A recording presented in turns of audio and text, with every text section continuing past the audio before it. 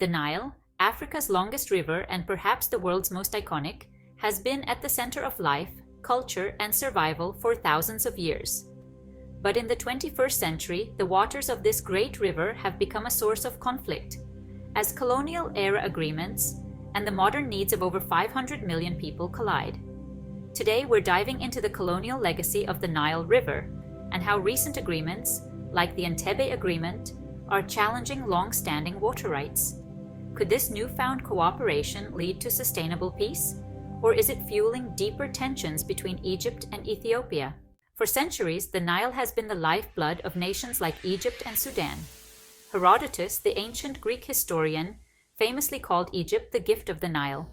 And today, 95% of Egypt's 110 million people still rely on the river, which provides 97% of the country's water. The Nile is also essential for Sudan, where agriculture and electricity generation depend heavily on its waters. But Egypt is facing a severe water crisis.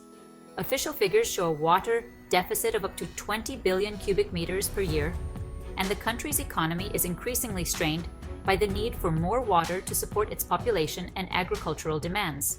The modern dispute over the Nile stems from colonial agreements, primarily those made in 1929 and 1959, when European powers held significant control over Africa. Under these agreements, Egypt and Sudan were allocated the majority of the Nile's waters, 55.5 billion cubic meters annually for Egypt and 18.5 billion cubic meters for Sudan. These agreements also gave Egypt the right to veto any upstream water projects. But here's the key issue. Countries like Ethiopia, Kenya, Uganda, and Tanzania were not independent at the time and were excluded from these treaties. Ethiopia, which contributes about 85% of the Nile's water, was never colonized and has consistently rejected these agreements. For Ethiopia, the construction of the Grand Ethiopian Renaissance Dam, known as GERD, on the Blue Nile represents both national pride and a critical source of electricity for its 120 million people, nearly half of whom live without access to power since 2022. Jit Seki Shaiji Grimes Earn So Ikamat A Chimya Sekta Bow Price, which has been generating 1,550 MW, a major milestone. But the dam's construction has inflamed tensions with Egypt, which fears that Ethiopia's control over the dam could threaten its access to Nile water. In 2010, a new chapter began with the signing of the Nile Basin Cooperative Framework Agreement, commonly known as the Entebbe Agreement, by 6 upstream countries: Ethiopia, Rwanda, Tanzania, Uganda, Kenya, and Burundi. South Sudan joined in 2012, but the agreement needed to be ratified by 6 countries before it could take effect. Fast forward to July 2024, after years of delays, South Sudan's parliament ratified the agreement, becoming the 6th nation to do so. This ratification was a major turning point, officially nullifying Egypt and Sudan's historical water quotas. The Entebbe Agreement seeks to correct colonial-era injustices, where upstream countries had no say over water allocation. These nations, inspired by Tanzania's first president Julius Nyerere, have adopted the clean slate theory, rejecting colonial treaties and pushing for equitable access to Nile waters. Nyerere made it clear that Tanzania and other newly independent nations would not be bound by treaties signed during the colonial period. This stance now underpins the collective efforts of upstream countries to secure a fair share of the Nile's resources.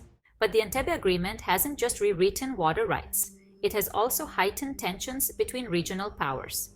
Ethiopia's Prime Minister Abiy Ahmed hailed the agreement's ratification as a historic milestone.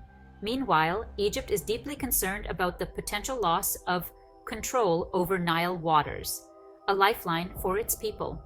As Ethiopia pushes ahead with the GERD project, Egypt has been ramping up its military ties with Somalia, signing a defense cooperation agreement and providing military aid.